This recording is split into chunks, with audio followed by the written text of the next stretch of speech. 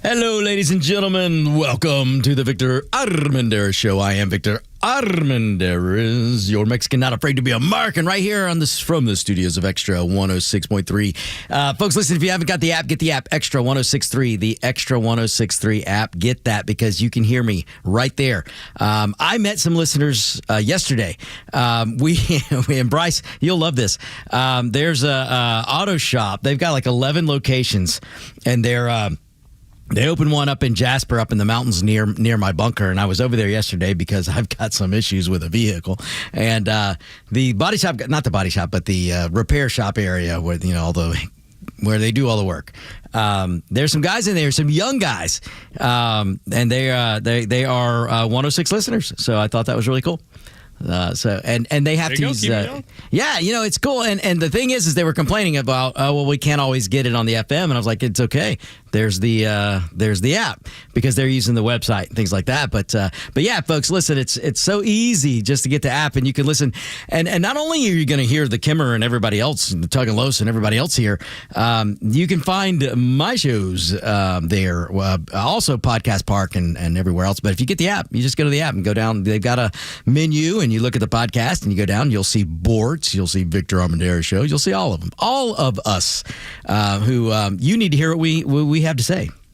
So it's all there. It's all there. So, welcome, folks. Welcome to the show. I've got a lot to get to today. I want to, oh, man, do I have some things to say. I had people actually reach out to me, folks. Listen, I do not do a lot on social media. I'm not going to lie. The most I do on social media is when somebody's helping me. I will be honest with you. In fact, it's kind of smart anyway to not let me have access to all the social media because of some of the things I might tell people. No, listen, I'm the Mexican not afraid to be American. So when you come at me with, I'm just going to use common sense. But apparently when I use common sense, it offends some people. So it's best if I stay off social media. So for those of you that reach out to me on social media, I really do. If I don't see it myself, somebody will tell me, hey, look, somebody's asking a question. I do always try to answer the question. I do. I really do. But I do believe that social media is rotting people's brains. So I just stay. Look, to be honest with you, I don't have time for social media. I don't have time. I prepare, to do. Sometimes I come in here and do an hour. Sometimes I'm doing 2-3 hours. When I'm filling in for other hosts, it's 3 hours. When I do the morning show for sometimes when Tug and Los are out, sometimes that's 4 hours. And so there's a lot of preparation that I take in doing when I prepare for my show. So I don't have time to sit around on social media and fight with people. Besides, you people on the left, you progressives, and you really, really radical people that are running today's Democrat Party, you guys don't believe in common sense. You don't like common sense. You don't like logic, and you don't like history. So I have no time for you. Now, if you have a legitimate question, I will talk to anybody, ladies and gentlemen. If you know me, and those of you who do know me, I'll talk to anyone. I'm not opposed to it. I like to talk to different people. I like to hear from people with different ideas. But if you're going to call me names, and if you're gonna call, and when you find out that I'm Hispanic, you just call me a brown racist and things like that, that doesn't get us anywhere. It doesn't get us anywhere. Oh, excuse me, folks. I'm having some throat issues today, but if you don't, if you want to have a conversation, I will do that with anyone. You can be folks. Listen, I used to date a socialist. I'm not kidding. This was a long time ago. I was the freedom-loving liberty guy that I am now, and I actually dated somebody, and you know what? She was great. I'm still friends with her today. I just because he's a socialist doesn't mean we can't get along. And so this is what I mean. If you are a real person and you have these crazy beliefs, but you're at least willing to have a conversation, then that's okay because we can talk to each other. And I'll bet you, as with this friend I have, you're going to agree with some things that I say. You may not realize it, but you will, as she has. So over the years now, she is not going to leave her Democrat Party. I don't know why. Because the Democrat Party she thinks she's a part of isn't the Democrat Party that it was back when she was told who the Democrat Party was. Now, do you understand what I'm saying there? You may have been told, like I was, I grew up being told I had to be a Democrat. That's how I grew up. Grew up being told I had to be a Democrat.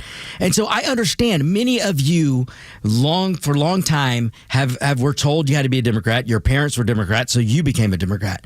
That party that your parents were a part of is not the party that is today's Democrat Party. So for you to stay with it is kind of ridiculous. And then this is what I hear, and this is what I heard from on social media over the week, this past week. Well, the other side. What are you talking about? You guys have this guy and this guy and that guy. Yeah, well, you know what? None of the Republican candidates have a Nazi freaking tattoo on them. There's a difference. There's no equivalency here. And this is something I'm going to talk about today because I'm getting people coming on social media and trying to make the equivalency of this Plattner dude and say Paxton down in Texas. There isn't an equivalency. Is Paxton a good dude? I told you guys he wasn't a great dude. He may not have the best character, but he doesn't have a Nazi tattoo on him.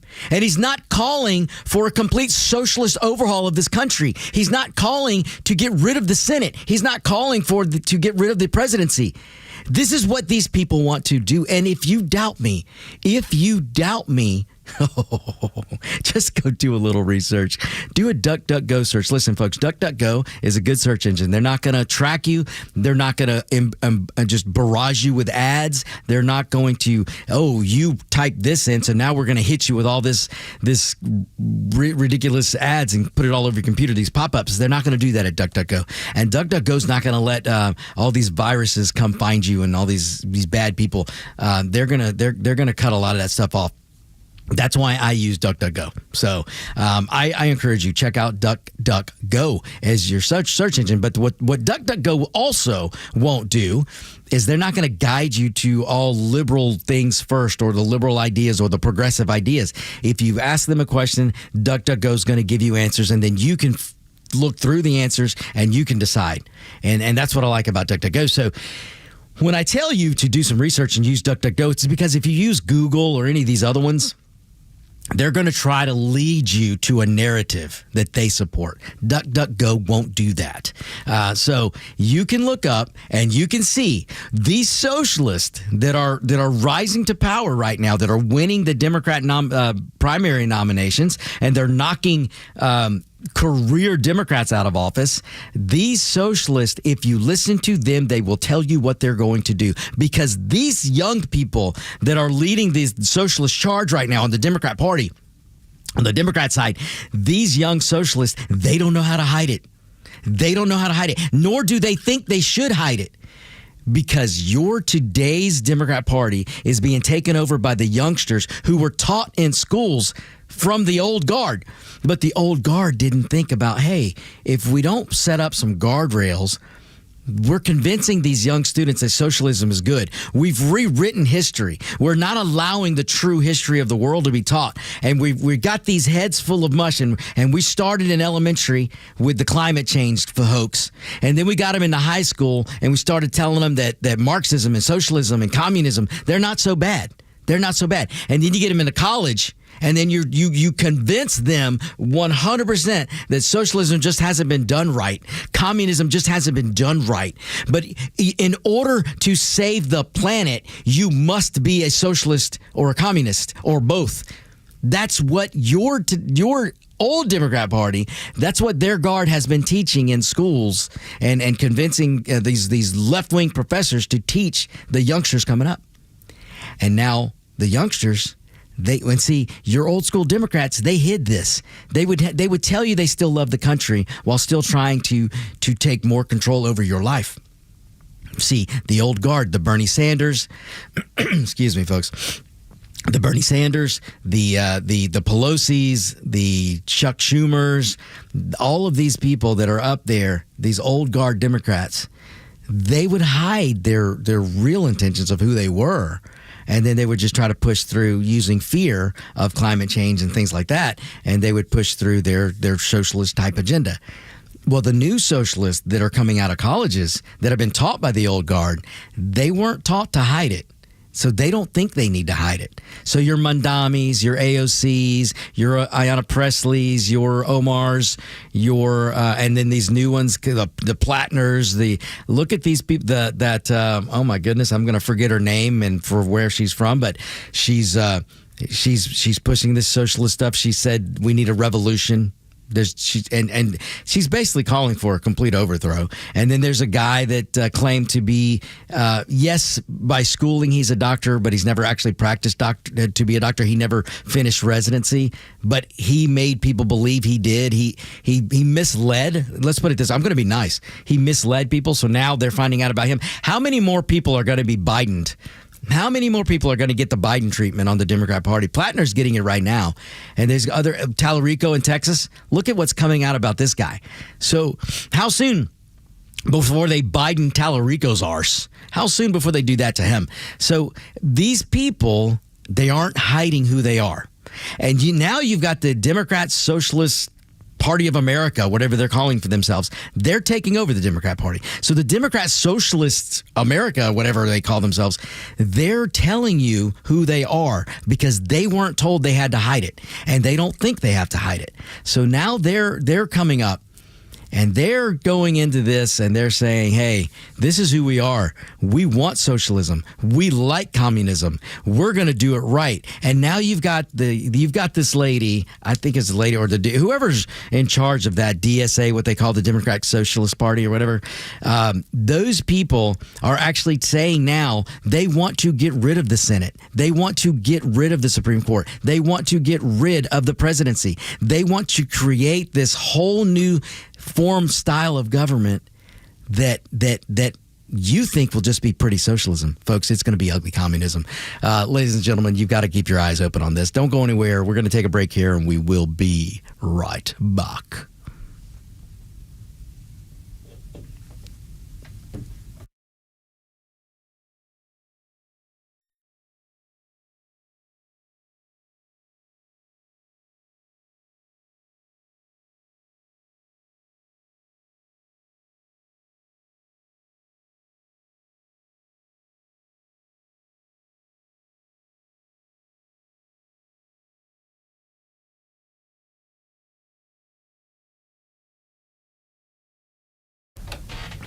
All right, folks, so we are back. It's the Victor Armendariz Show right here at Extra 106.3, 106.3. Listen, I'm your Mexican, not afraid to be American. I'm going to tell you how it is. And if you doubt anything that I'm saying about what these Democrat socialists, or what they are actually saying, they want to get rid of the Senate. They want to get rid of the presidency. They don't like the Supreme Court because they can't control it. So they want to take over the Congress with all their socialist little Democrat commie socialists, and then they want to change things. And they want to actually. You remember when Obama said he wanted the fundamentally change the United States? Well, this is what they're talking about. These guys took it to heart, and they're going to do it. Well, they want to do it. It's up to we the people to stop it. Now, the Democrat Party, they ought to be your old guard, your Democrat Party, your DNC, Democrat National Committee. They need to put a stop to this socialist uprising. They need to put a stop to it now, but they're not going to. And what you got to understand here, ladies and gentlemen, what you got to understand, your old guard Democrats, your Chuck Schumers, your Pelosi's, all those people, all the people that have been there for years and years and years and years, they want the same thing that your youngsters are screaming for, these socialist commie youngsters that are winning primaries and knocking out the old guard Democrats. They want the same thing. They're just not willing to tell you. The old guard doesn't want to tell you. The old guard doesn't want to get rid of the Senate. They don't want to get rid of the presidency. They just want to own it. The new guard, they want to go all out. But their policies are the same. The old Democrats and the socialist Democrats, they want to tell you what car to drive. They want to tell you what oven you can have. They want to tell you what hot water heater you can have. They want to tell you how many houses you can have. Actually, here's the honest truth, folks. And please don't doubt me on this. Your old school Democrat Party and your new socialist Democrats that are coming up, their youngsters, they do not like the idea of individualism. Now, your Hillary Clintons and your Pelosi's and all them, they have talked about not liking the idea of individualism. You will never go back and listen to in 2008 when Hillary Clinton was running. Go back and listen to these people, these old guard Democrats, talk about what you won't. They'll talk about collectivism, but they won't talk about individualism. Why is that? You need to ask yourself that. In fact, whenever individualism came up, they spoke against it. Well, now your new youngster Democrat socialist commie that's coming up and winning primaries, they're happy to tell you that they don't like individualism. But both sides, your old school Democrats and your new socialist Democrats that are coming in, both sides, they don't like the idea of private property ownership. They don't like it. Ladies and gentlemen, the entire foundation of the United States, the foundation of our Constitution, the foundation of our freedoms and our liberties here in this country, the idea of a republic, all of it hinges on private property rights. Without private property rights, it all goes away. So what are these Democrat socialists and your Democrats, like the old school, what have they been wanting? They don't want you in ownership. They don't want you to own a house. They don't want you to own vehicles. They don't. This stuff has been around. Your Democrat Party has been hiding it from you, their original intentions. But through policy, look what the Bidens did. Look what Biden and Kamala, look what that administration did. In 4 short years, they made it darn near impossible for young people to buy a house. And then when they accomplished that by getting the rates up, by getting inflation up, by getting every cost of everything up, once they did that, they started to go to work on how do we get old people out of their homes? How do we stop the generational wealth building through private ownership? And what do I mean by that? The Democrat Party has been looking at ways, how do we stop somebody that's in their 50s, 60s, 70s, 80s? How do we stop them from taking their property and giving it to their kids or their grandkids? Democrats don't like that. So what do? Well, they start doing things like the inheritance tax, the estate tax, the death tax. Everything is a tax.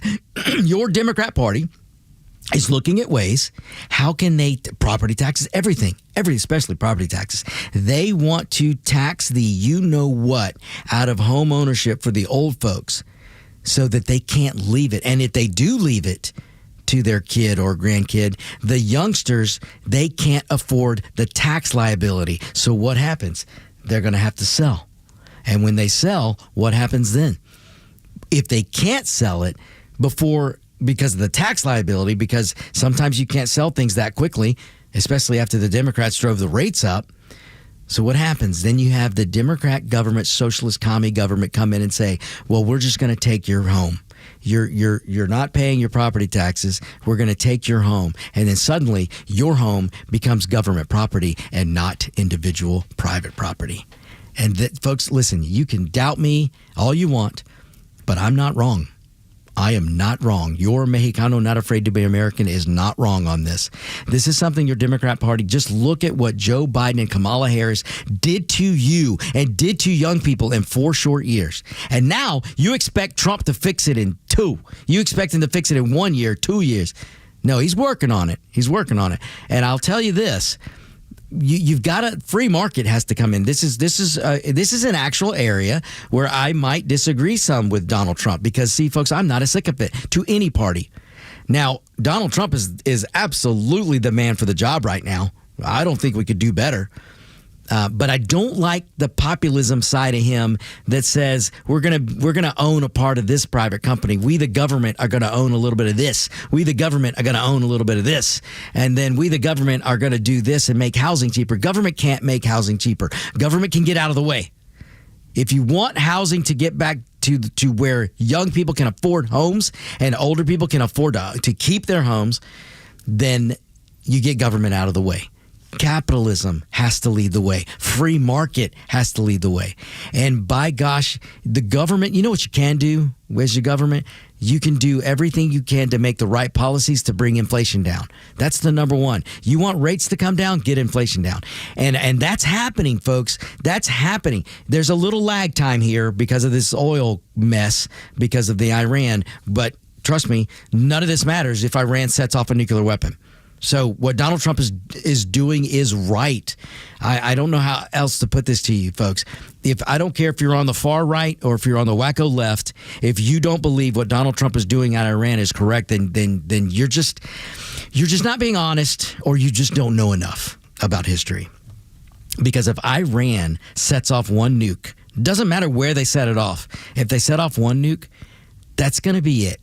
because you're going to have World War. If one nuke goes off, then you're going to have what do you think Russia's going to try to do in Ukraine? They're going to try to set one off. What do you think Pakistan's going to do? They're going to try to set. What do you think India will do? They'll try to set one off. It will start an awful road, and I don't want the world to go down that road. And the only people right now that are stupid enough to use a nuke are the Iranian mullahs. These whack job Islamist weirdos that are in Iran. We're running that country. So I agree with what Donald Trump is doing. You have to stop these crazy weirdos from having a nuclear weapon. And now I might disagree about the way Trump's going about it. Honestly, folks, I'm at the point where I want to send in teams. I don't know how to do it. I don't want boots on the ground. But if I were commander in chief, I would tell our military, I would tell them, okay, you military planners and all you guys, all you war people, figure out a way to knock off every leader over there. Every mullah, every whack job IRG, IRG, the Iranian Republican Guard. I want them all gone. Now, I don't want to go down the regime change road, but at this point, these people are crazy. They're lying they're not going to deal, or at least they're pretending to deal just to buy time. No, every one of those guys that were involved in the negotiations for the past several months, I'd take them out. They're all running around now saying that Donald Trump, you're number one on our list. We want to kill you.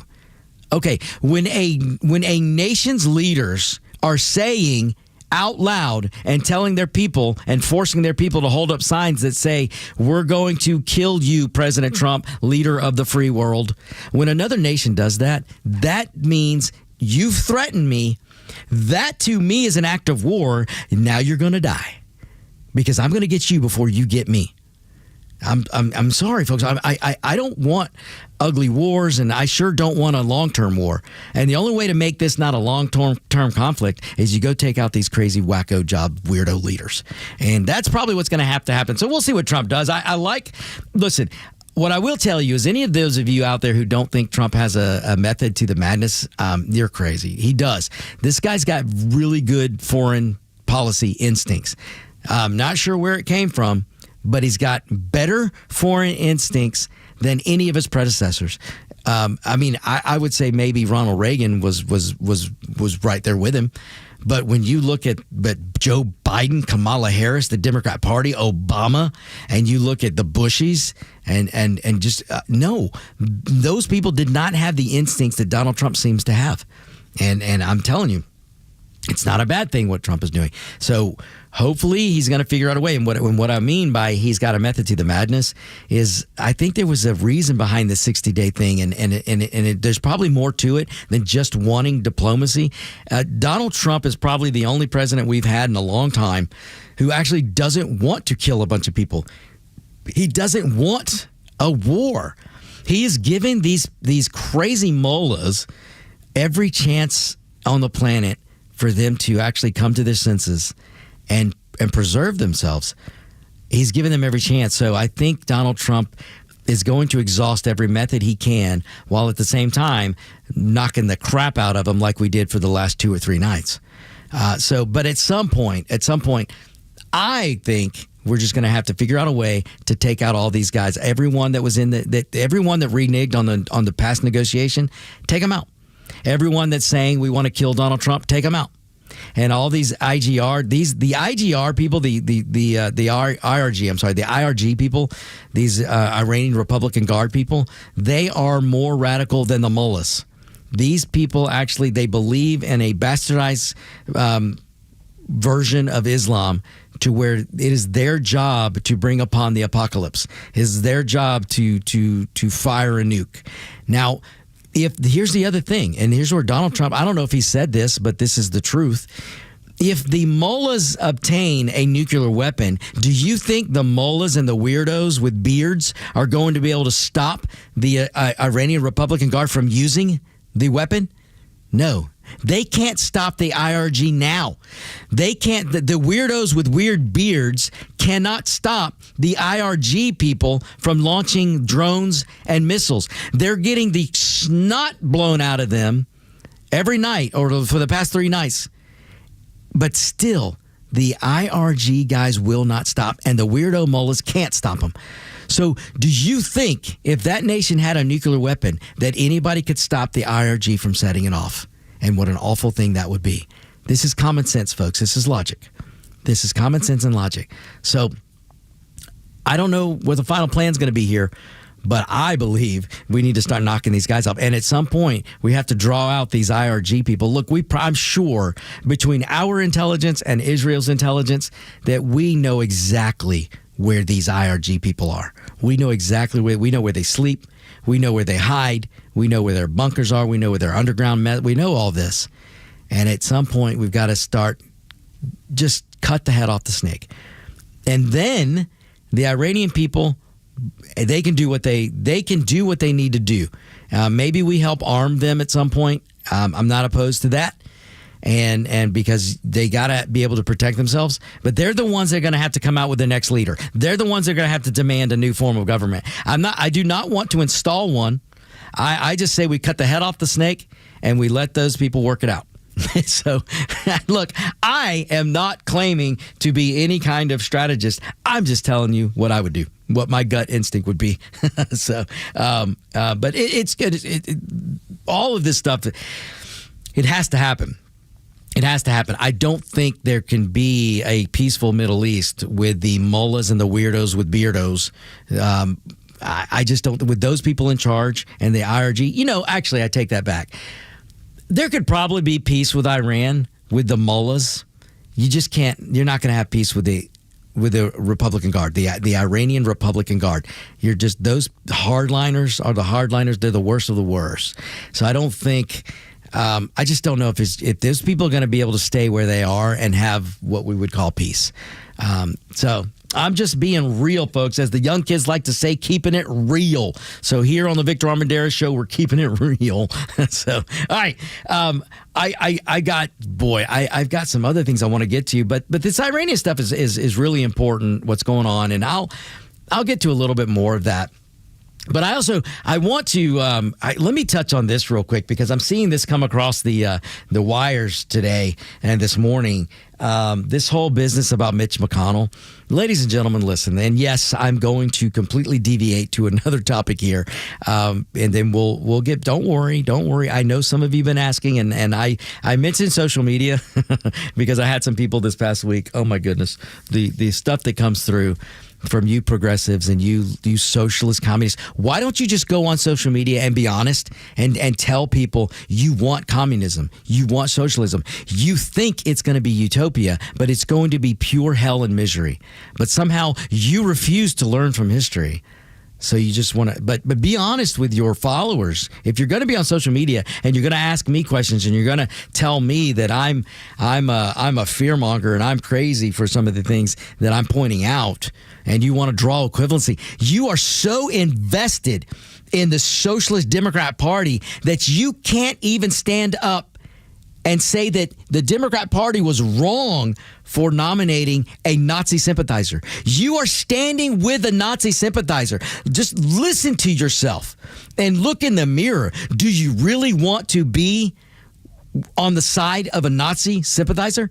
This guy, Plattner in Maine, you guys that are contacting me on social media and trying to defend this guy by telling me, oh, but what about Paxton? Oh, but what about Trump? Oh, but what about this guy and this guy? Hey, listen, there's no Republican right now that I know of and no candidate that has a freaking Nazi, not just a Nazi tattoo, the worst of the Nazi tattoo. The Nazis that wore the tattoo that Plattner has on his heart, not on his arm, not on his shoulder, not on his back, not on his leg, not on his ankle, not on his foot. It's over his heart. Where you put your tattoo matters. And any of you out there who have a tattoo, you know darn well what I'm talking about. You are very... There's a reason you choose the spot to put the... First of all, there's a reason you choose the art. Tattoo is art. Listen to me, folks. Tattoos, they're art. They're actual art. And you're not just going to put anything on your body because it's pretty darn permanent. And it's pretty darn expensive now to try to have them removed or changed. Changing it is not so expensive, but removing it is.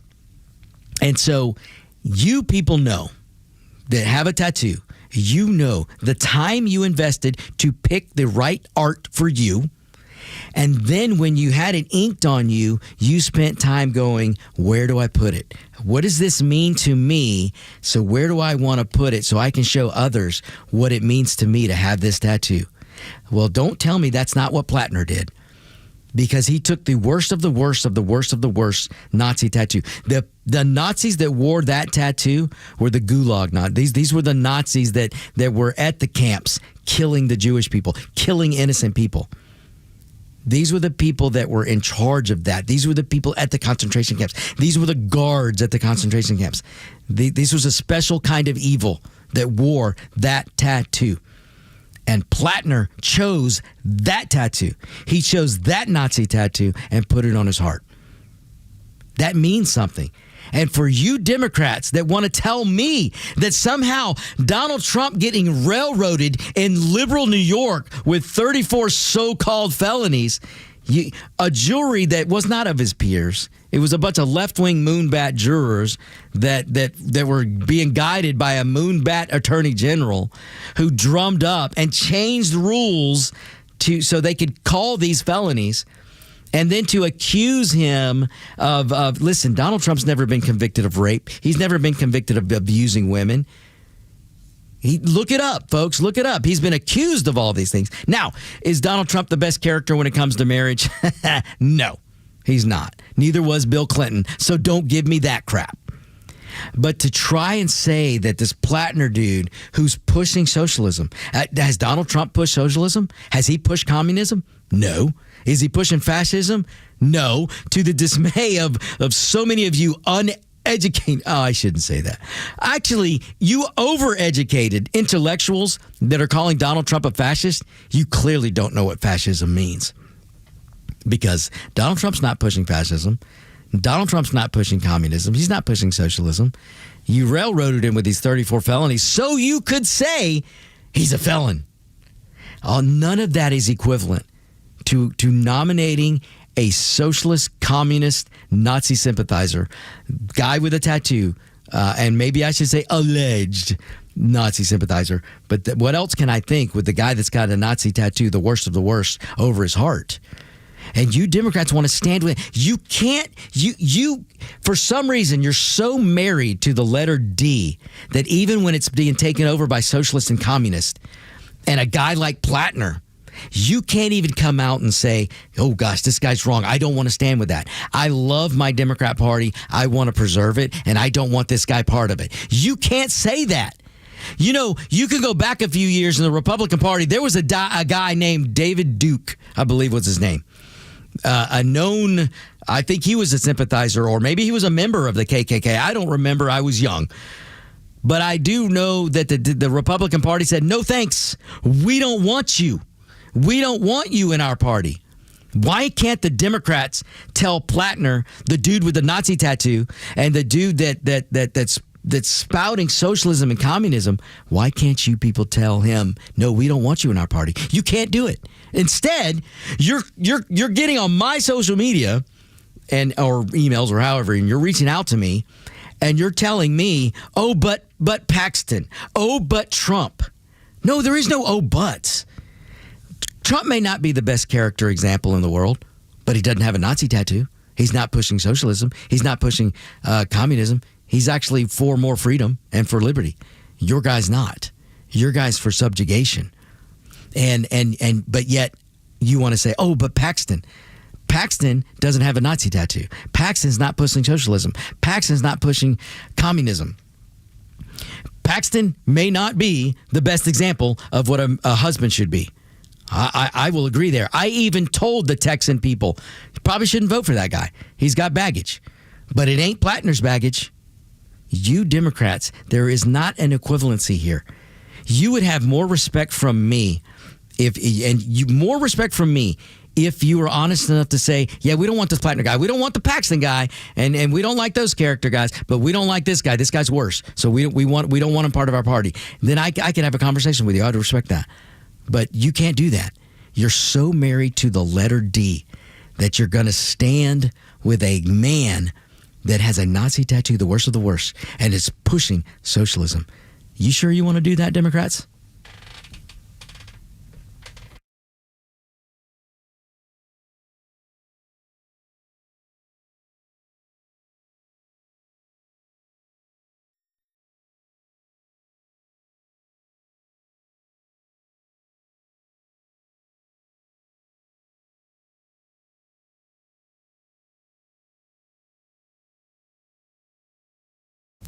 Hey, folks, welcome back. It's the Victor Armendariz Show. I am Victor Armendariz right here, Extra 106.3. Hey, folks, listen, let me do this really, really quick. If you want to get out and do something this weekend, something really fun, up in the mountains, beautiful area, beautiful food. If you like barbecue, holy crap, there's the best barbecue. Go up to Jasper, Georgia. Stop at Appalachian Gun. Stop at Appalachian Gun. They've got everything you want to know about guns. If you need a new weapon, they've got them. If you need ammunition, they've got it. If you need targets, they got it. You just want a T-shirt so you can look cool. If you're a recovering liberal, a recovering Democrat, and you're coming over to the right side, but you're still not familiar with guns, you're still not that, but you're trying to be an alpha male, then go to Appalachian Gun, get you a T-shirt. That'll start. You can do that.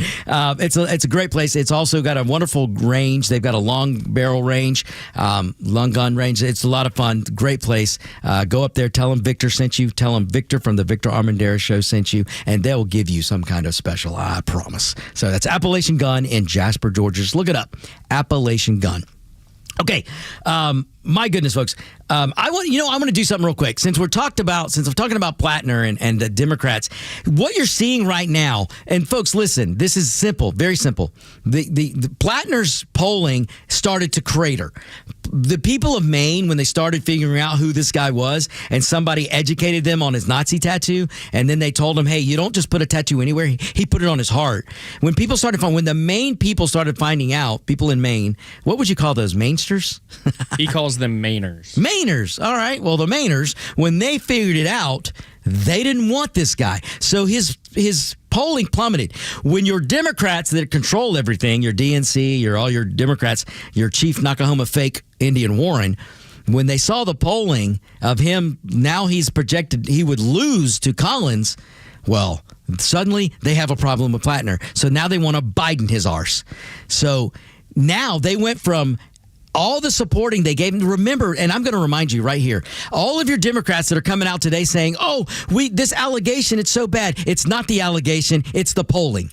It's the polling. Because listen to what these people said about Plattner before. The obsession with personal purity, we're not hiring a priest. We're hiring a senator. We're going to talk about tattoos and sexting. He gets a hall pass. I don't give a if somebody had a toxic relationships and tattoos and all of this talk about Susan Collins. He could be 100 times more up than he is. He'd never be as up as what we got in Washington now anyway. What I'm more outraged about is stupid Susan Collins. I asked all of you to consider the candidacy of Graham Plattner. I asked all of you to understand his flaws. Are you rescinding your support for Graham Plattner after the lewd posts that leaked? What's the polling in Maine right now? I don't get bothered by it as much. None of it. He's someone who had a drinking problem as a Marine. Plattner has owned up to mistakes he made as a younger guy. Do I want to make the best the enemy of the good? Graham Plattner is popular even though he is flawed. He is a flawed man, just like I'm going to stop it there, folks, but I could go on and on and on.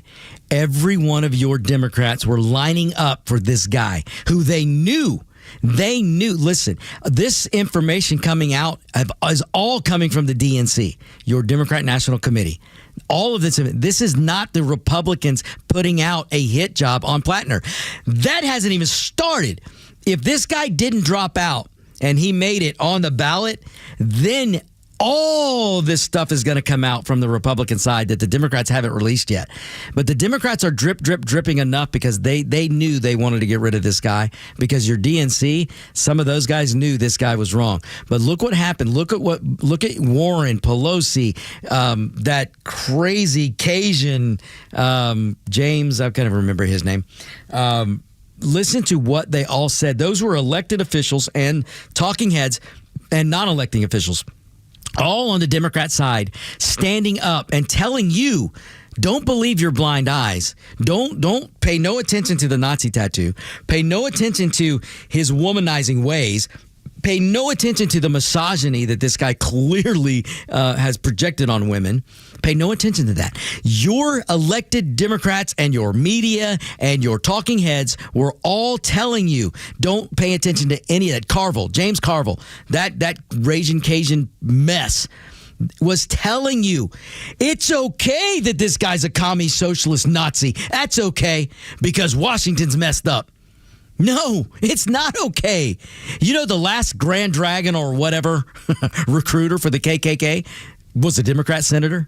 So I guess here's something else. You want to know how to know. If some of you are asking me all the time because of I'm the Mexican not afraid to be American. Some of you ask me about ICE and about what ICE agents and what's going on. You want to know how you know that ICE agents aren't really bad people? You want to know how ICE agents aren't really the socialists or the Nazis? You want to know how I know ICE agents aren't bad dudes? Because if they were, the Democrat Party would be nominating them to run for Senate in their states, or to run for mayor, or to run for Congress. That's how we know. This is common sense. This is logic. The only party on the planet right now, well, I shouldn't say, no, let me take that back. The only wait a minute. The only party in the United States that is putting people like Plattner on the ballot is the Democrat Party. All right. And if ICE dudes and agents were really bad and were the Nazis and the Gestapo and all those things that the Democrats have accused them of because they're trying to lie to you, if those men were that bad, your Democrat Party would be recruiting them to run for Senate. That's how you know ICE agents aren't that bad. Folks, this is not hyperbole. This is just the truth.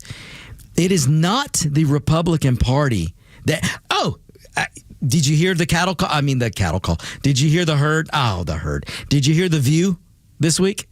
The ladies on the View, if you want to call them that. Look, I'm going to be nice. The ladies on the View, they're trying now. This is the new narrative you're going to hear.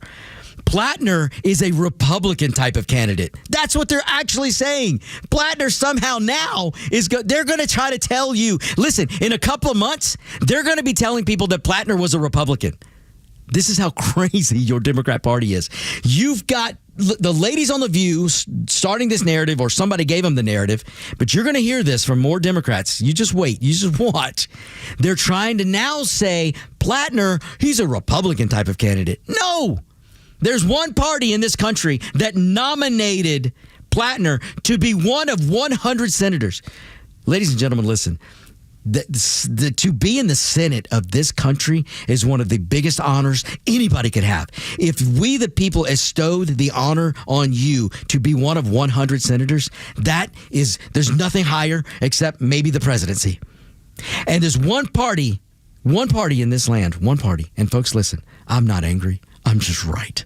I'm not angry. I am just right. There's one party in this land, one party that nominated a guy with a Nazi tattoo that's pushing socialism and pushing communism, that just wants to completely overthrow freedom, completely overthrow liberty, doesn't believe in the individual, believes in collectivism. And your Democrat Party elected that guy to be their Senate nominee so he could be one of 100 senators. Your Democrat Party did that. Not the Republican, not Republican, not anybody on the Republican side. Your Democrat Party did that. They nominated this dude. They nominated that dude to go to one of the highest offices and the most beautiful offices in this country, to be in the Senate. your Democrat Party did that. Don't forget. Now, folks, listen, if you want to hear more, switch over to the podcast, Victor Armendariz. Switch over to the podcast, Victor Armendariz Show. Your favorite podcast place, switch over. There'll be more show.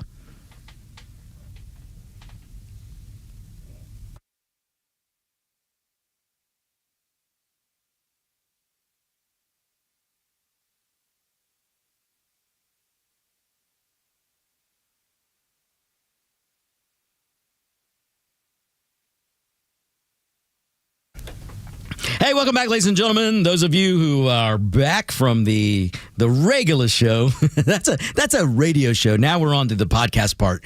I like to do a little more show, folks. I've got a lot to say, and you need to hear it. So welcome back. If you've been listening the whole time on the podcast, if that's the way you hear the Victor Armendariz Show, well, then welcome for being here, and spread the word. Spread the word. And look, you can find this show on Apple, on Spotify, at Podcast Park, at Extra 106.3 website. It's www.extra106.3.com. You can find my show, so you can listen to this show many, many ways. And now a lot of you guys are outside of Georgia. Now, I do the show here at Extra 106 here. The flagship station is in Atlanta, Marietta, Georgia, kind of Atlanta. We're right in the Battery, right next to the Brave Stadium, which is the most awesome thing possible. I can just go outside and touch the Brave Stadium. It's fantastic. And don't tell me how much they're losing right now, because I don't want to hear it. They've been better. Yeah, that's right. They did pick up some games, didn't they? Yeah, they won a series yesterday. They Excellent. beat Pittsburgh, I think it was 10-5, and then oh man, look at that! See, the bats are coming back. Yeah, they're scoring more runs. It's pitching's still an issue, but it's getting better. Hey, you know what? If you can score, hey, all you got to do is outscore your opponent. So. Who needs pitching? A lot of good World Cup games to look forward to. Oh, man. I'm glad you bring that up. I'll take a break here from politics for a minute. And oh, my goodness. Bryce, I know you've been watching. And I love this World Cup. I hate what happened to the U.S. And maybe I should talk about this because I have my own opinions. I've talked about the U.S. team. The problem with the United States men's team is not the coach. So let me make this clear. The problem with the men's team is not the coach. There's a problem with the federation that runs the men's team. There's not a problem with the coach. The best thing this federation has done yet is to hire the coach we have now, Paunchy, I think is what we called him in Poch. Yeah, Poch. This guy's not the problem, folks. The problem is the federation. So first of all, the men's soccer USA Federation needs to drop their freaking love for getting into politics. Stop with the pride numbers. Stop with the pride colored numbers, the pride color armbands. Stop with all that mess. And why do I say that? Because when we were leading into the World Cup, if you're new to soccer, if you're new to football soccer, as my daughter says, if you're new to this, then this is the way it works. Every 4 years, there's the World Cup. Every country in every nation on the planet has a chance to qualify for the World Cup and be part of this exclusive battle that is country versus country on the pitch of a soccer field, I should say. Pitch is what we say, but field is what a lot of other people say. But when you take that pitch, you are representing your country's flag and you're battling. And it's a beautiful thing. The World Cup is a beautiful thing. And look how many people it's bringing together. It's so awesome. It's a great thing. But what happens is once you qualify and then we get to the World Cup, like let's say here we are. The World Cup started, oh my gosh, when did this start? In the middle of June? Yeah, about 3-ish weeks ago. So about 3 weeks ago. Right. So it started, typically will start in the second, third week of June. So before that, the month before, all the countries start settling in to whoever's hosting the World Cup, and then they start playing warm-up games.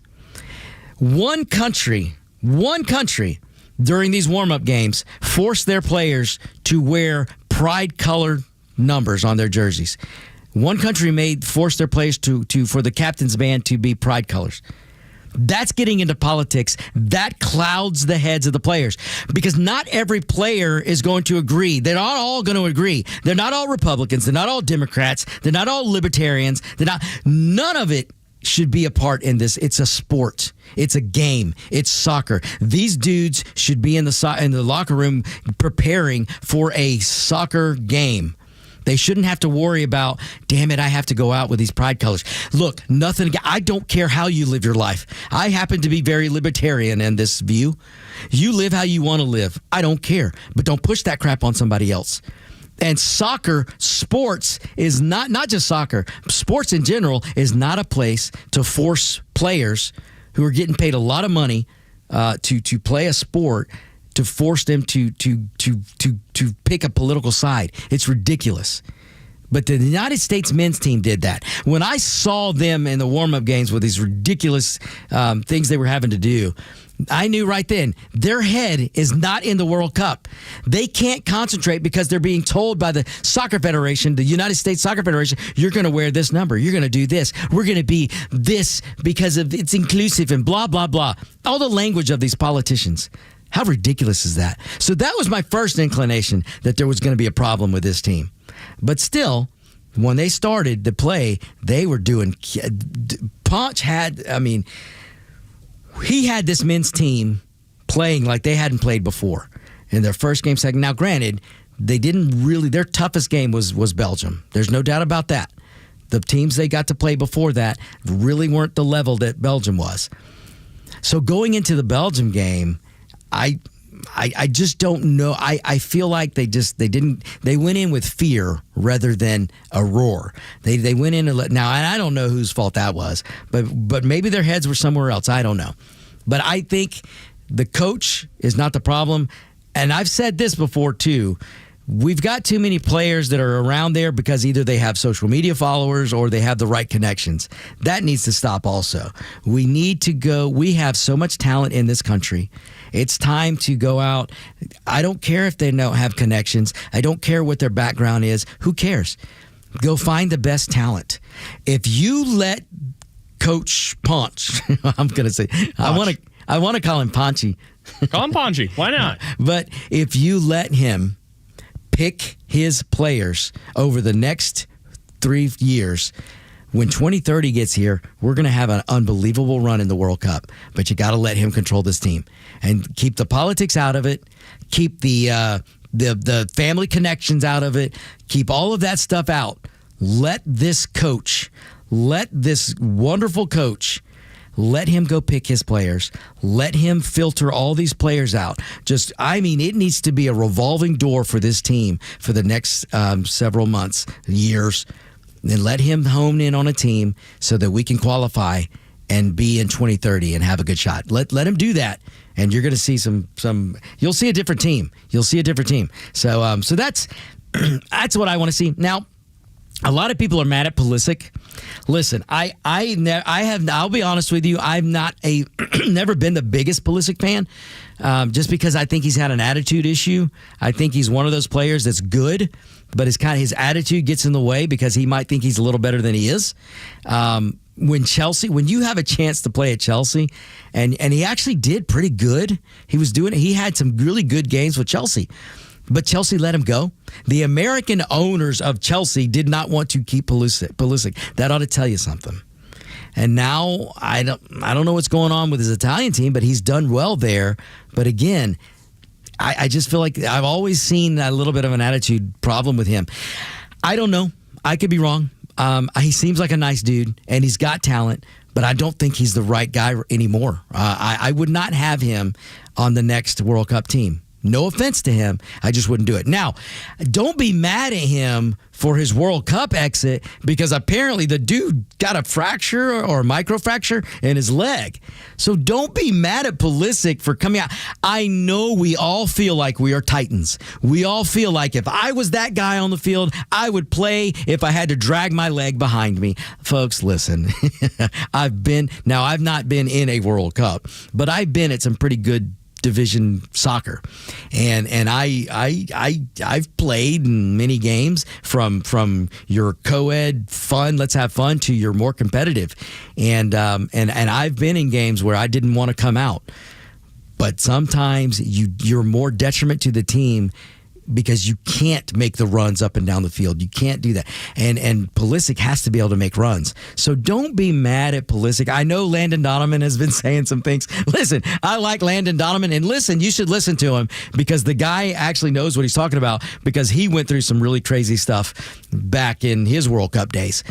But listen, don't be mad at Pulisic. Don't blame Pulisic for the United States. They lost that as a team. They didn't lose it because Pulisic. So don't be mad there. And don't rain on the keeper. My goodness, when you don't play defense very well, you're getting hammered by the likes of Belgium. And Belgium was smart. The Belgian coach set all the old farts.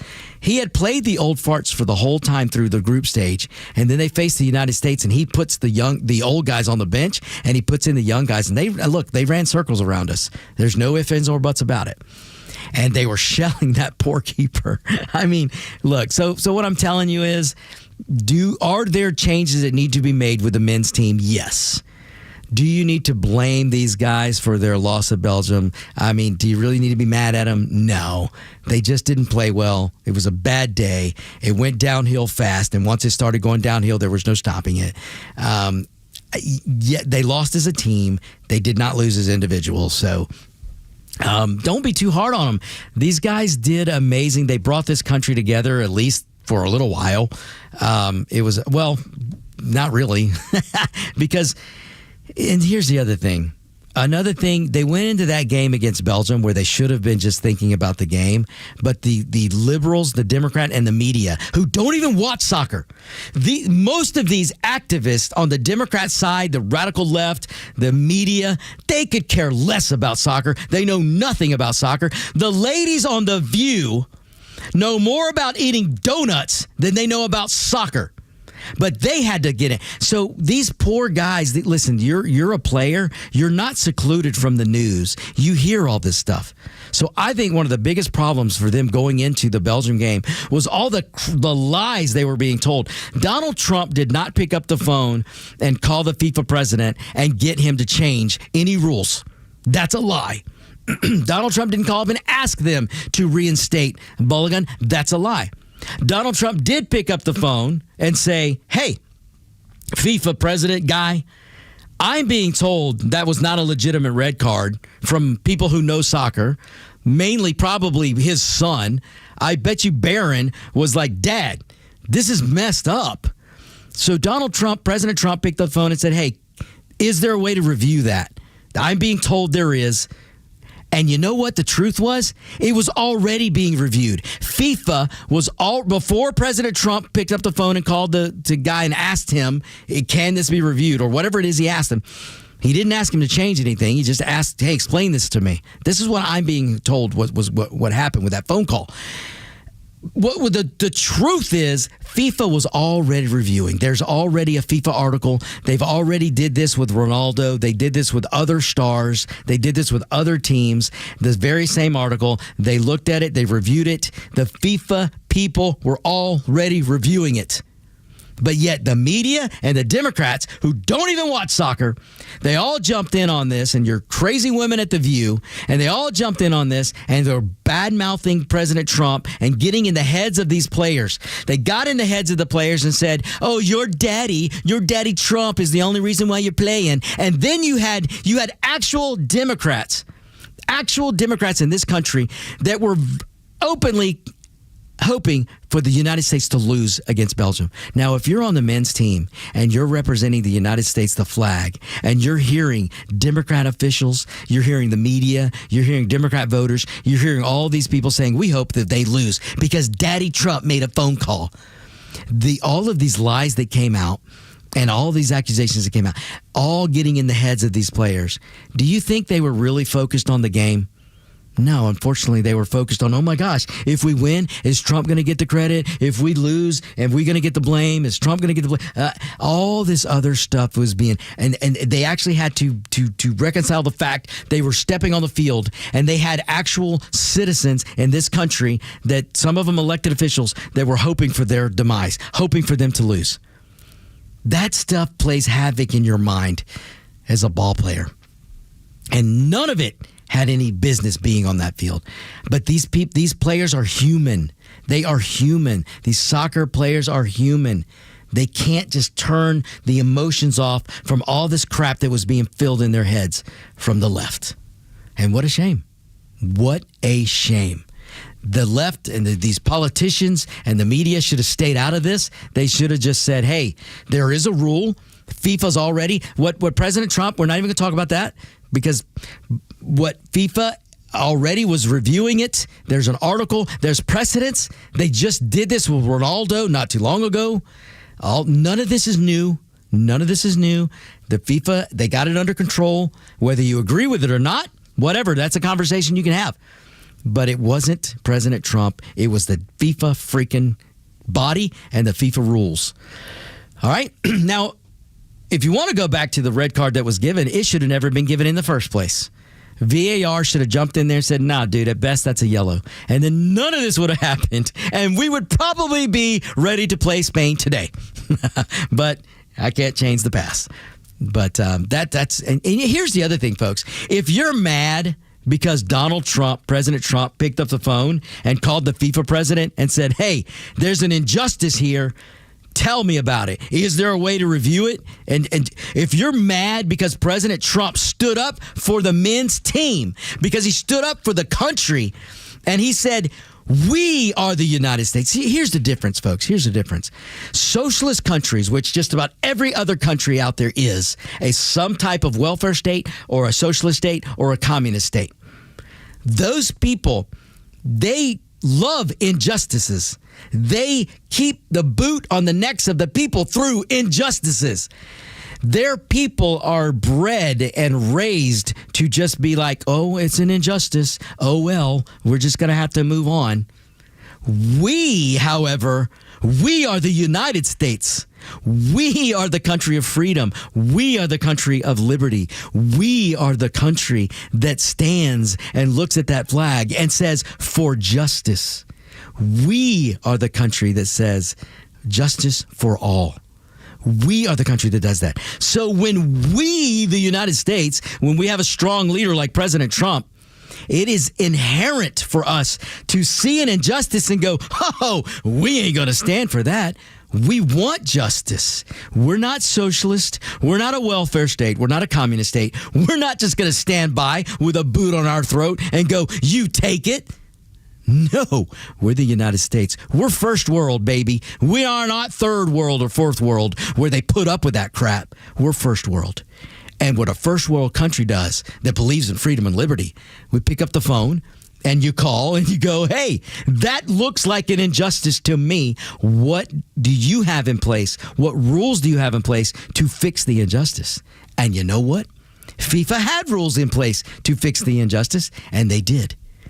And your liberals, your Democrats, your socialists, your commies, your communist countries, your socialist countries around the world, they were all pissed off because the power of freedom and liberty, because the United States, because we are a first world country. We are the leader of the world. They don't like that. And when our president can pick up the phone and ask for an injustice to see the light of justice, they don't like it. They don't. You know why? Because more of their people that are living under subjugation, that are living under the hells of socialism and communism, they might open their eyes a little bit more and go, wait a minute, I'm seeing all these people from my country over there in the U.S., and they're loving that country. And now their president has the gonads to call and go, hey, you did wrong. What are you going to do to fix it? Yeah, that's the United States, baby. I'm proud to be an American citizen, and that's just one reason. And if you're on the men's soccer team and you got a problem with that, then you need to go walk away. Maybe you don't need to represent the flag, because you should represent justice for all, because that's what we stand for. That's what we saw. Balogun, my buddy, my friend, you need to come out, and you shouldn't be afraid. You shouldn't be afraid to say, hey, justice was done. I was wrongfully accused. Now, I like the fact that he didn't put up a big fight on the field or anything, because he said, young people are watching me. I like that. But now that justice has been done, you should be able to come out and say, hey, I was right to play. And Balogun, if you don't feel like you should have played, then you shouldn't have. You shouldn't have.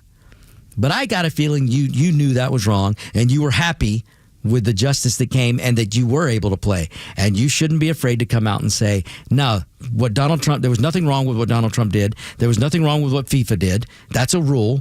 They used this rule for Ronaldo. They used it for many other players.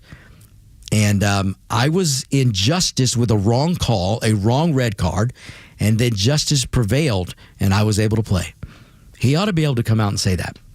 So I didn't mean to go down this the soccer rabbit hole, but folks, this does tie into politics. It ties into politics because the Democrats made it tie into politics. Your media, your lamestream media, made this tie into politics, and so it's just crazy to me. But support our men's team. Support the women's team. They're coming up next. Let's hope and pray that the women's soccer team has gotten rid of the likes of the socialist whack jobs that were on that team, that were all into politics and wanted to kneel. I'm talking about that purple-haired crazy girl. I'm not going to say her name because I don't think she deserves any credit. But let's hope the women's soccer team pulls it together, goes find some good talent, plays hard, and makes it about the flag in the United States. Leave politics out of it. And if you can't stand on that field and honor your flag, then don't play on that team. Go somewhere else. Go somewhere else. So be ready to support the women's team. Be ready to support the men's team. Don't stop supporting them. There's such good that's coming from this World Cup. I know we lost to Belgium, but there's such good that led up to that game before all the craziness. From that, we can go to 2030, and what a great World Cup that could be. So don't stop supporting the team. This is going to be great. Don't stop fighting. Support the flag. Support the U.S. Support our wonderful freedom and liberty. Don't let the Democrats cloud your mind with stupidity, because that's what they do, and they do it on purpose. They do it on purpose. Okay. All right. Let me get back to... my goodness. So I talked about, before we were done with the radio show, moved over to the podcast part. I talked about how the ladies on The View, the narrative they're pushing now, what the left is going to push, what the Democrats are going to push, is they're going to tell you that somehow Plattner is a Republican type of candidate. They're already trying to rewrite this history. This history of Plattner being nominated by Democrats to be a Democrat senator. They're going to try to rewrite this history. And it just happened. Because listen to what the ladies on The View said.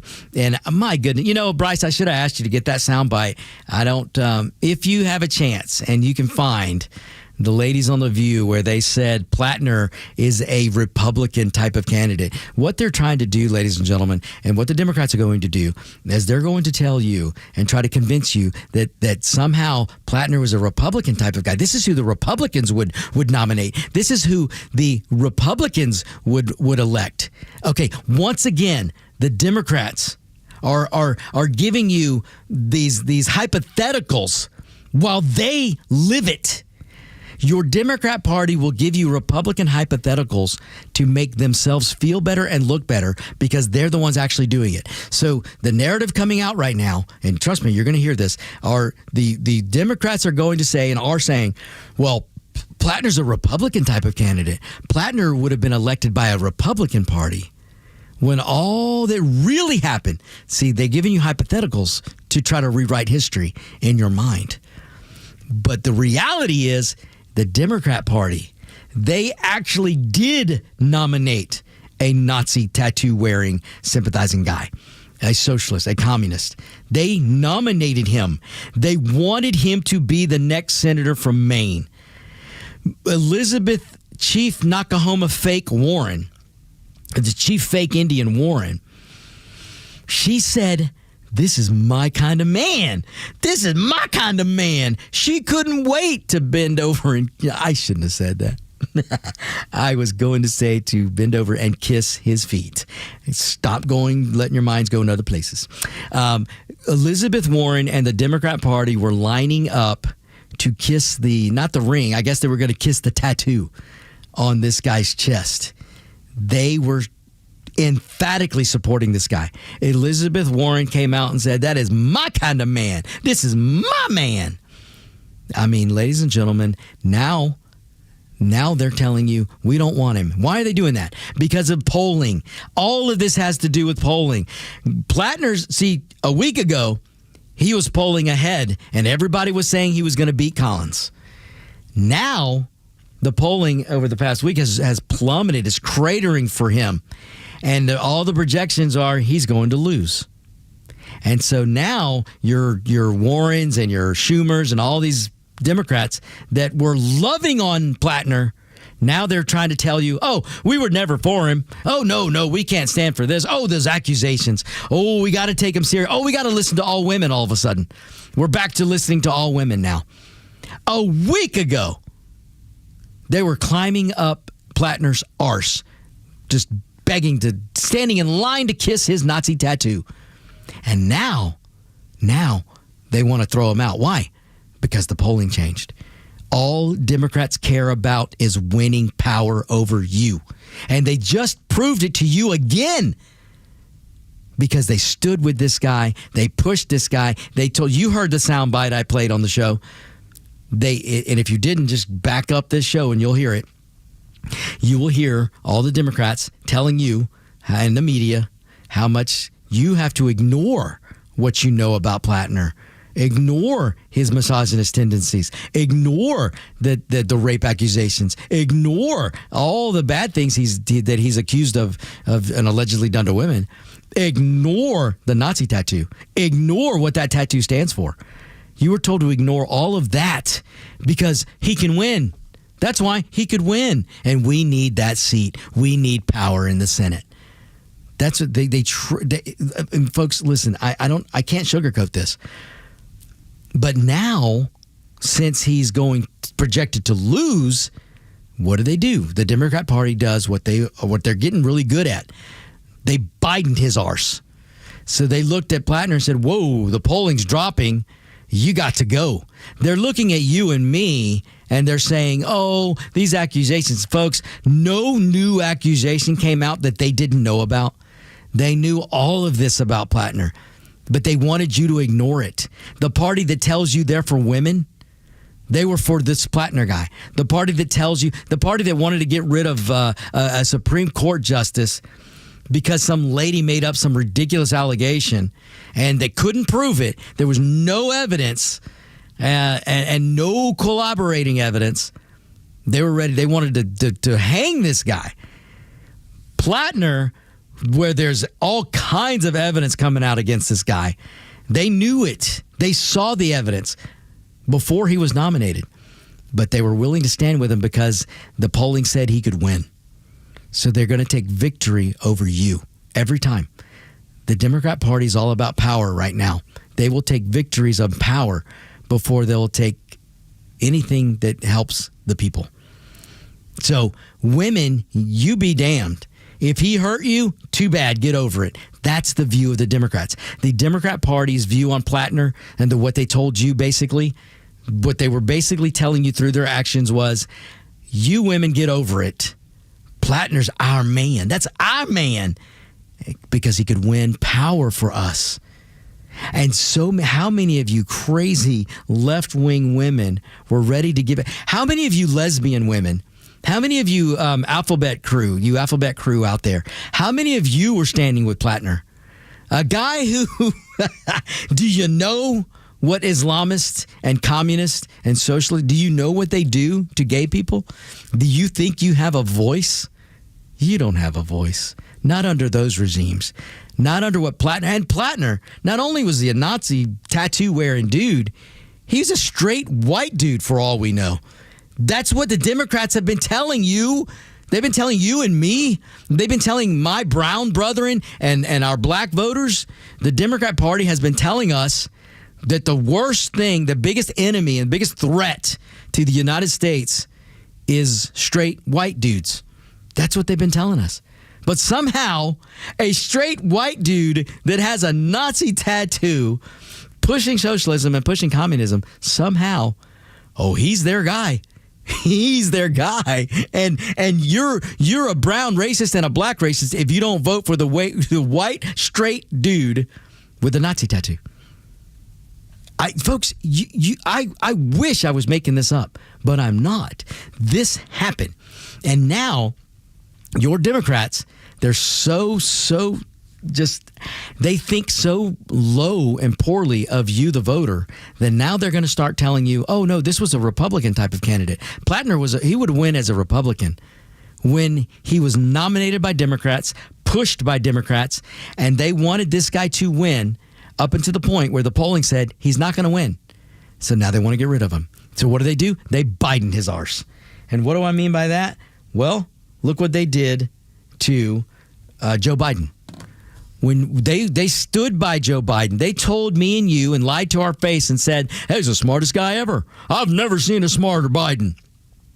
All while knowing that man was suffering from dementia and he was having problems. And they knew it. But they said he was the best guy. And that was their man. They renominated him. And then they stood by him until the debate. When he went down in flames in the debate and his cloudy head, and whether it was dementia or not, I don't know. I would think it is. But whatever it was that's ailing him, it showed in that debate. And then the polling started. Boom. No way Biden was going to beat Trump.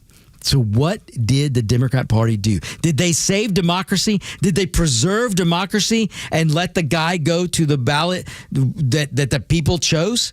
No, don't be silly. Don't be silly. No, they forced Biden out and they anointed Kamala.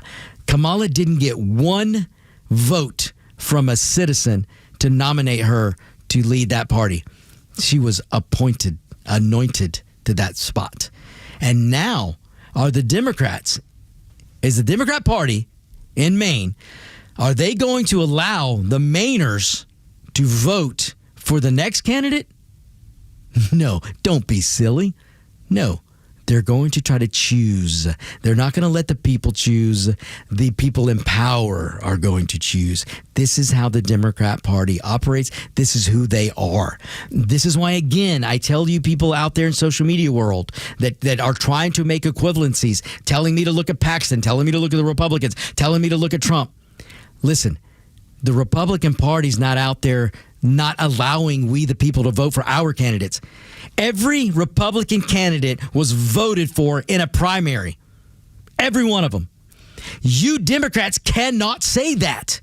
You Democrats are killing democracy. Listen, I don't like that word. That word democracy doesn't appear in the Constitution not one time. It doesn't appear in the Declaration of Independence not one time. There's a reason for that.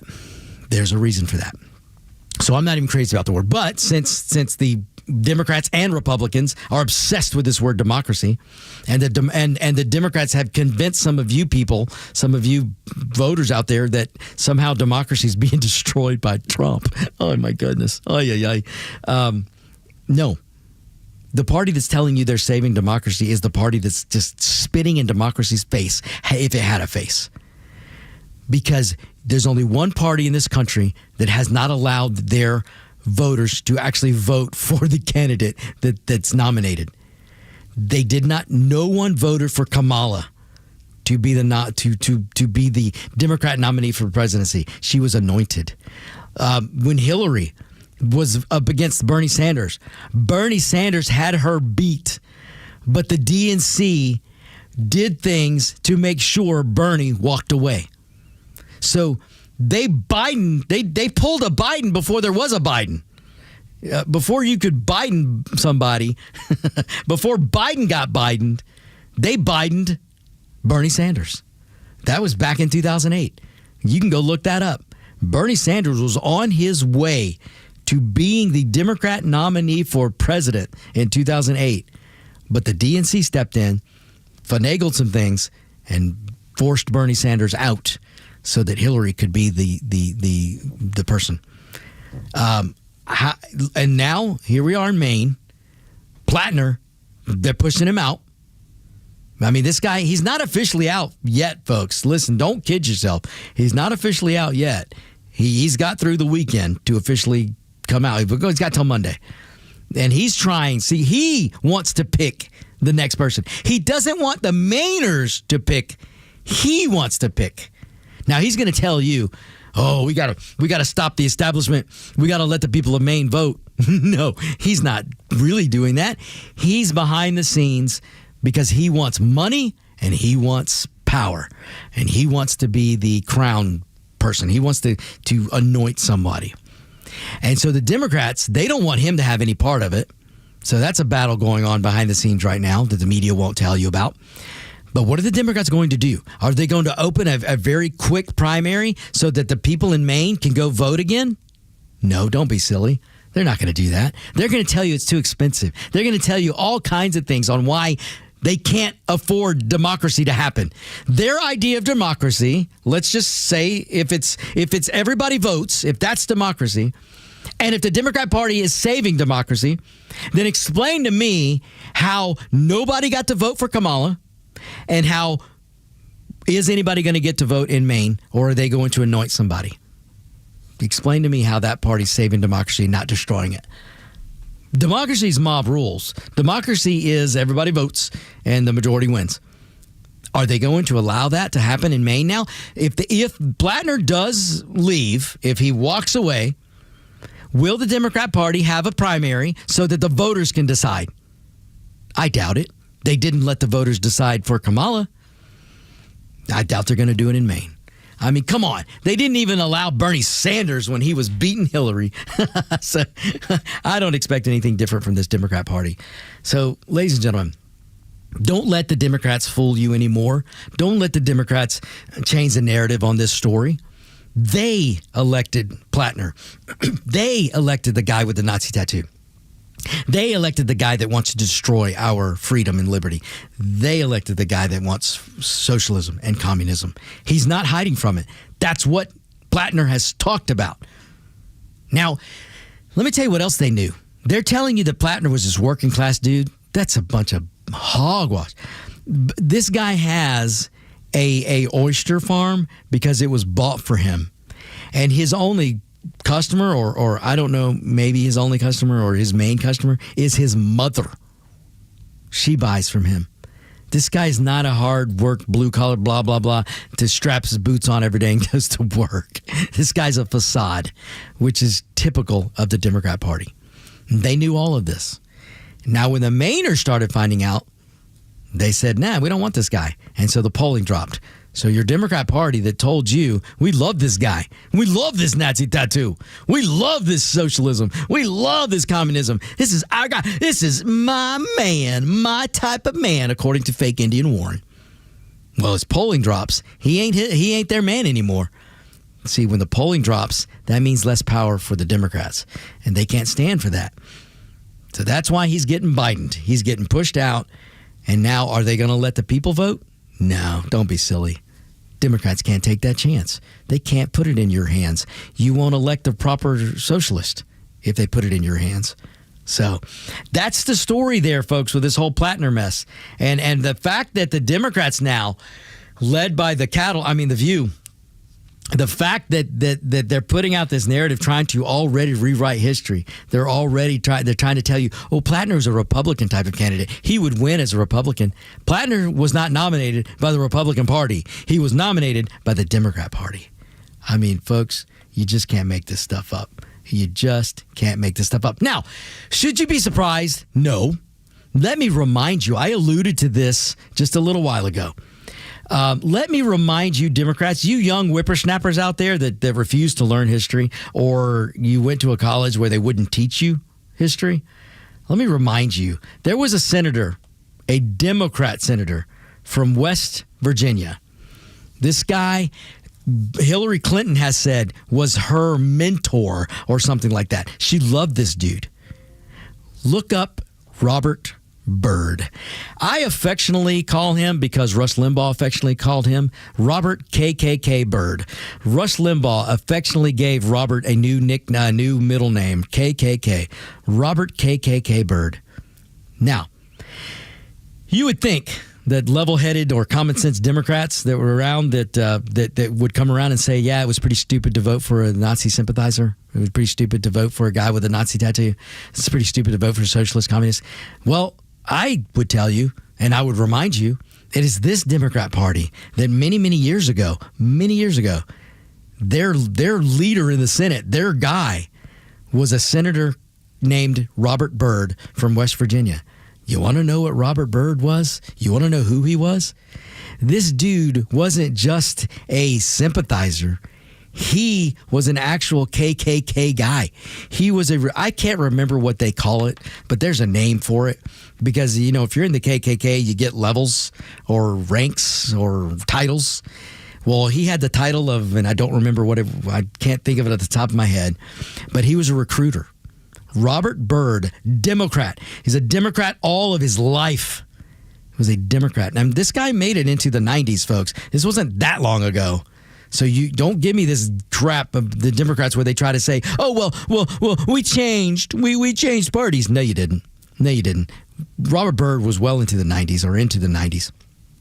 This guy, now, I don't remember when he retired or if he did. I don't remember that. But he was a senator for a long time. He's a Democrat all his life. This guy was not a KKK sympathizer. He was a member. He was a recruiter. And then he graduated from recruiter to, I should remember this stuff. But I don't mess around with the KKK. I can't remember all this stuff. But they have a rank that he reached. Pretty high rank. He's a Democrat. Pretty high rank in the KKK. He was a Democrat senator. They all knew this about him. They didn't care because that's the history of the Democrat Party. That's what they won't teach you and they don't want you to know, and they continue to try to rewrite. But if you go do a DuckDuckGo search, you might even be able to do a Google search and eventually find the truth about Robert Byrd. But you can go do a DuckDuckGo search and it'll tell you right away who that man was. And he was a Democrat all of his life. And if you ask a Democrat today, if you ask Hillary, if you ask Bill Clinton, ask these people, what do you think about Robert Byrd? Oh, we love him. He's their mentor. Yeah, that guy. Now, can you imagine if a Republican was elected? A Republican, and then and the people knew he was a KKK member? Do you think they'd give him a pass? No. But since the Democrats are the founders of the KKK, they give them all a pass. Folks, you need to find out the history of your party because it is not the party of JFK. You know, JFK took the Democrats a long way. He really did. He took them out of the history of their crappy history, and he was doing some good for them. And then the radicals started, your Democrats started getting power hungry. And they started going, gosh, I don't want to lose power. We need to figure out ways to. And that's when they started bending towards socialism. And that's when they started. And what's happening now is today's Democrat Party is reverting back to the bad history of the Democrat Party, which is a party of racism. That's what your Democrat Party is turning into today. So you people that are contacting me, I know you've got good intentions, some of you that are contacting me in social media and through email and telling me, trying to make an equivalency of these people that the Democrats are turned into to the Republicans. You can't make that equivalency. Now, I'm not telling you, and I understand, you for some reason, you've got some mind block where you can't go and listen to a Republican candidate. You just can't do it. You can't go and say, gosh, that might be better for me. That might be better for the country. This guy's actually got some good ideas. You can't do that. You're stuck on the letter D. Well, you may not run to a Republican, but you can't vote for the people destroying your Democrat Party today. If you want to save the Democrat Party, you better start working to find your John F. Kennedy type candidates. You better start working to find your blue dog Democrats that don't exist anymore. You better start working to find some people to save that party because it ain't going to be the party that it was. It's not the party that it was. Unless you're prepared to embrace communism and socialism, unless you're prepared to stand with people that want to exterminate a group of people just because of their religion. Sounds an awful like what that Nazi tattoo stood for. Your party is reverting back to the worst of its history. Do you want to stand with that? Do you? Listen, I want there to be a viable Democrat Party because that'll keep the Republican Party in check. I would love a viable Libertarian Party. I would love a viable Constitutional Party. I'd probably be a part of that one. I want viable parties because they keep each other in check, and that would be the best for the American people. To pursue the pursuit of freedom, the pursuit of liberty, the pursuit of happiness. Right now, you Democrats are flirting with pure disaster. Communism, socialism do not bring happiness. You cannot pursue happiness through freedom and liberty by being socialist and communist. Communism and socialism is the antithesis to freedom and liberty. It's the antithesis to happiness. The only happy people in communism and socialism are the socialists and the communists, not the people. Why? Because socialism is not for the people, is not for the socialists, it's for the people. Communism is not for the communists, it's just for the people. You've got to understand that. Look at Bernie Sanders, folks. Look at Bernie Sanders. The guy's a multimillionaire. He's got not one, two multi-million-dollar homes. I don't know how many cars he owns. Flies around on private jets. He is an oligarch. Bernie Sanders, actually, he's worse than that. Bernie Sanders is a millionaire because of government. He didn't earn any of it. He didn't create a business. He didn't hire people and give good jobs because of a product he created. No, that man's gotten in government and he's lived off the backs of the taxpayer. You, the taxpayer, have made Bernie Sanders the very thing that he says you can't be. You, the taxpayer, have made Bernie Sanders a multimillionaire, which he says you can't be. Bernie Sanders, you, the taxpayer, pay for Bernie Sanders to fly around on private jets, but he tells you you can't. You, the taxpayer, give Bernie Sanders his millions so that he can have abundance and he can have choices that he doesn't want you to have. Because once again, the only rich people in socialism are the elite socialist. You, the peasant, you won't have any of that. You will just be a subjugated peasant that gives the socialist power over you. That's what that life is about. And history, it's all there for you to learn. It's all there for you to learn. You don't have to just take it from me, the Mexican not afraid to be American. It's all there.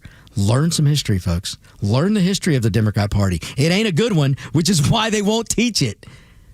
And what the Democrat Party is turning into today is what they left long time ago, the bad history of that party. Do you want to be a part of that? Now, again, maybe you just can't go and listen to a Republican candidate. If you can't do that, then you better find an independent candidate. You better find a libertarian. You better find somebody, even the Green Party, because your Democrat Party, the only way you'll save it is to stop voting for what it's becoming. It's the only way you can do it. Now, I'm going to take a quick break, but don't go anywhere. I got a little more show to come.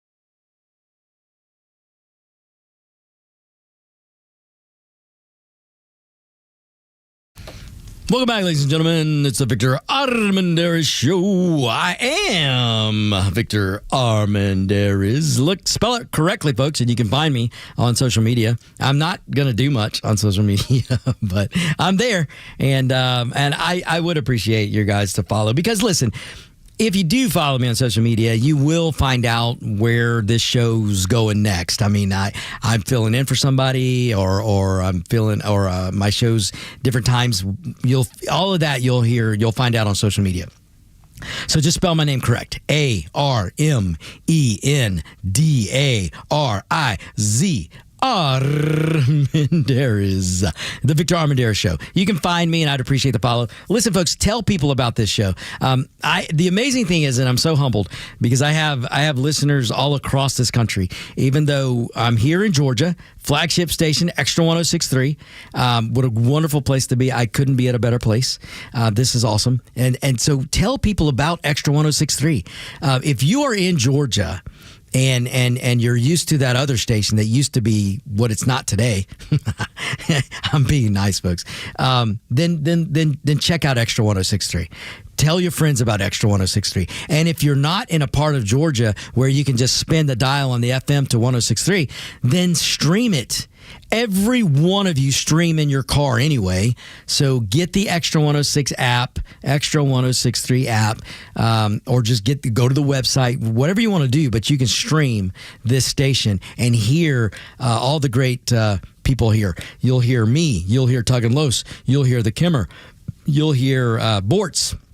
How many of you miss Bortz? Well, Bortz is right here on Extra 106.3. Tell your friends who you know love Bortz. Tell him where he is. He's right here at Extra 106.3. And be sure to tell him about the Victor Armendariz Show. And many of you are doing that. This show's growing so fast, and thank you. I'm so humbled. And again, a big thank you to you listeners in Florida, Texas, California. I'll just shout out to California Greg. He's a listener that calls in. I'll shout out to caller Mark in New York. He's calling my show all the time, even when he can't get through. It's great. Listen, folks, I don't take a lot of phone calls. I don't. I will later. When this show moves to the next stage, I'll do phone calls. But I don't do a lot of phone calls now, so my apologies. So a big thanks to some of you guys who call in and can't get through. I appreciate it. But Mike, you listeners in Montana, you listeners in Colorado, I just big thank you to all of you. Massachusetts. I got listeners in Massachusetts. I mean, you guys are just amazing. So I love it. And then beyond the borders of this country, I have listeners in Mexico, listeners in Spain, listeners just all over England. I am not cheering for England to win, by the way. So my apologies to the listeners in England that listen to this show. Nothing against you, nothing. I just I'm just not you beat Mexico, and I don't like that. So no. Listen, England on paper, my goodness, folks, they should beat everybody. They're like Spain. I mean, Spain has a bunch of young guys. They do have big names, but England has a lot of big names, and boy, I tell you, they ought to be able to make it to the final. I don't know if they will, but they ought to. But anyway, big shout out to all the listeners there that listen to this show and everywhere else. So I love it. You guys are just amazing. So, okay. I want to get to... So I got... actually, let me do this. If you're looking for a place that you can trust to repair your car... Oh, my goodness, folks. Sorry about that. The throat, it goes and comes when it wants to. And right now, I am having a bad throat day. So, but if you are out there and you need a repair job on your car and you need somebody you can trust, go check out Speed Auto Repair. They've got 11 locations around Georgia. Speed Auto Repair. Look them up. You can find them. They got a website. They've got a beautiful places. They've got the best equipment, and you can trust them. They're not going to listen. They may not be the cheapest, but you can trust them. They're not going to tell you need something that your car doesn't need. If your car needs something, they're going to do it, and not only they're going to fix it, they're going to warranty it. So check them out, Speed Auto Repair. 11 locations around Georgia. So I'm happy to welcome them to the Victor Armendariz Show. All right. So I get asked different things. And again, I try, listen, folks, you can email me, armendariz2010@gmail.com, armendariz2010@gmail.com. You can email me. You got to give me time to answer. I can't do it quickly, folks. I'm just too busy. I have more than one job, so it's just my work ethic. But I will eventually answer questions. And some of you have reached out, and you're asking me about 2028. Now, look, I want to get through 2026. let alone 2028. We need to get through the midterms. And so I'm going to talk about that a little bit. But I do I've been getting more recently this question about Rubio versus Vance.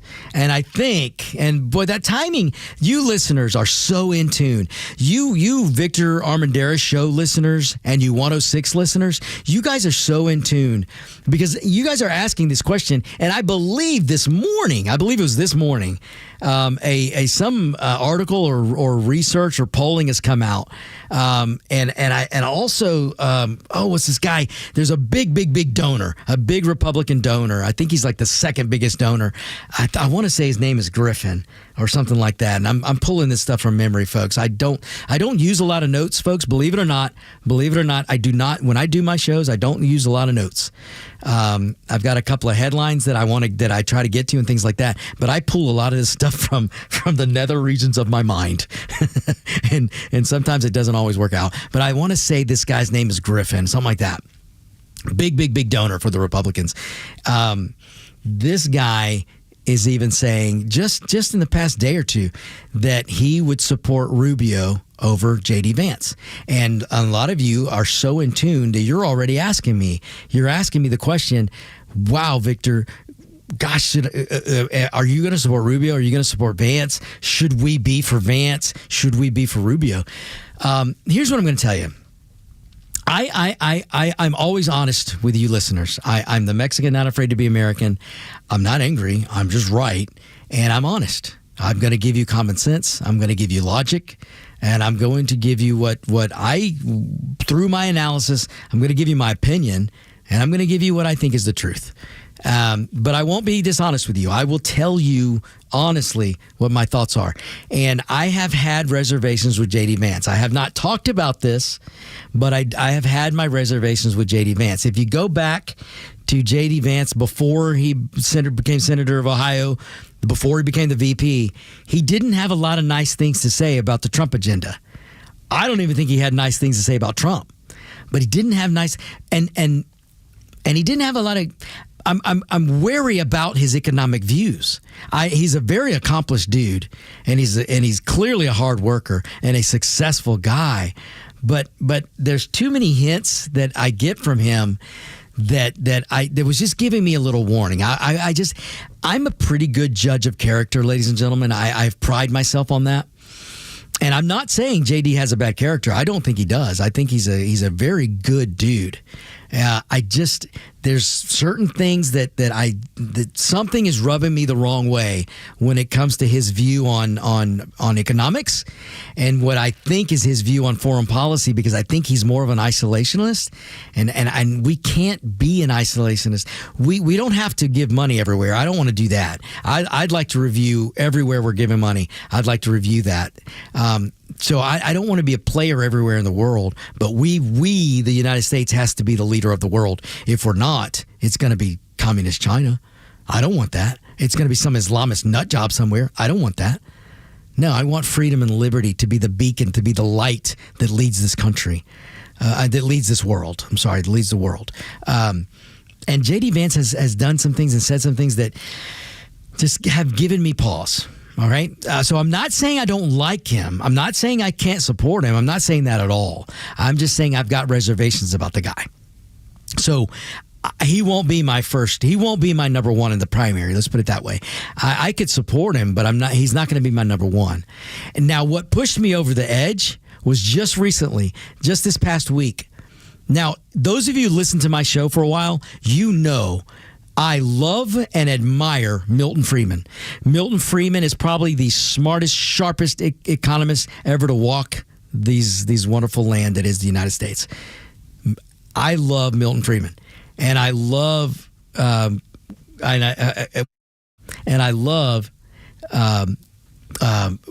you say something, Bryce? Because I missed it. Oh, okay, yeah. I'm still not hearing you clear. And it could be my headset, Bryce. So sorry about that. But folks, you got to love Milton Friedman. The guy knew what he was talking about, and I also love Thomas Sowell. Thomas Sowell is another brilliant mind. And And the other day, J.D. Vance basically pooped all over Milton Friedman. And that's a big red flag for me.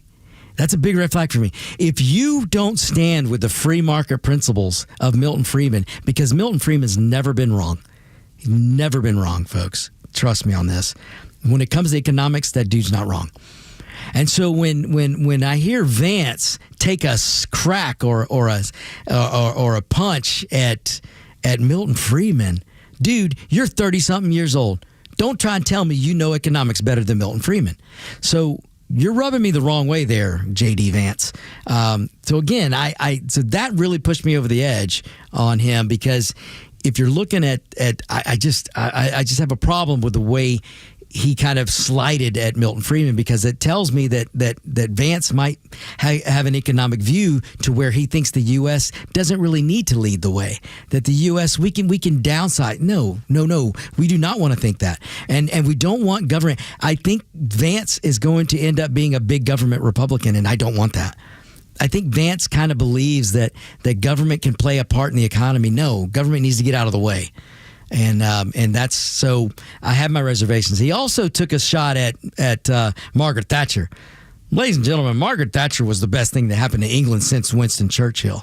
And I just gives me pause. That gives me pause. So I'm a little bit cautious there on Vance. So those of you that talk about Rubio, yeah, Rubio would be one of my first choices. I also like DeSantis. I don't know if DeSantis is going to make a run for it, but if I had to say and make a choice, I'd say Rubio 2028. I think that guy would be fantastic, and he's proving it. He's proving it. So, what else was I going to tell you guys? As we head to the midterms, I want to get into some of that, but I'm probably going to run out of time. So let me do this, folks. I'm going to wrap this up here. But when we do the next show, we'll do some talk about the midterms, because the Republicans should be able to win. They should be able to defy history and win this. So, all right, folks, I got to get out of here. The Kimmer's going to come in here and kick me out. So you guys stay tuned. Kimmer's, you can always listen to him, listen to the podcast and all those good things. It's the Victor Armendariz Show. We'll see you next time.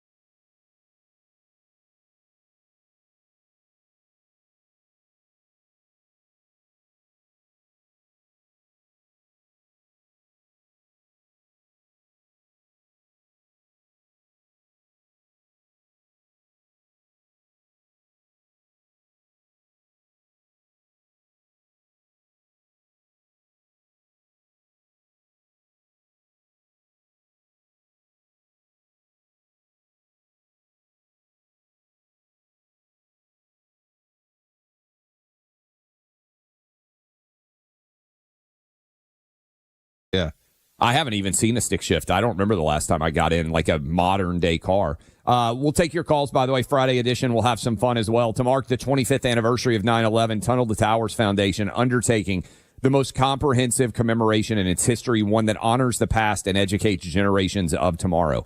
Tunnel to Towers Foundation created a cross-country exhibit bringing a piece of the World Trade Center to as many cities as possible. The effort is called Steel Across America. The centerpiece is a 24-foot steel beam recovered from the World Trade Center. Today, the exhibit's in San Francisco, open to the public as we speak. Steel Across America travels through September to various landmark locations, sporting events, and town squares. This symbol of resilience creates moments of connection for those who lived through 9/11 and educational opportunities for those too young to remember. The Steel Across America journey represents more than remembrance. It's a bridge between generations, a reminder that the spirit of service embodied by FDNY firefighter Steven Siller and so many others continues to inspire Americans today. Go to T2T.org to learn more about Steel Across America and to donate $11 a month to Tunnel to Towers. You can also amplify your impact with a car or land donation. That's T2T.org. Laugh, learn, and hang with the guys. Clay and Buck. Preset on the iHeart app. Hey, it's Tug, and this is Atlanta's only conservative news and talk station, Extra 106.3 FM and the Extra 106.3 app. Let me let you in on something. When you sign your insurance policy, for some brokers, that's the finish line. Handshake, commission, done.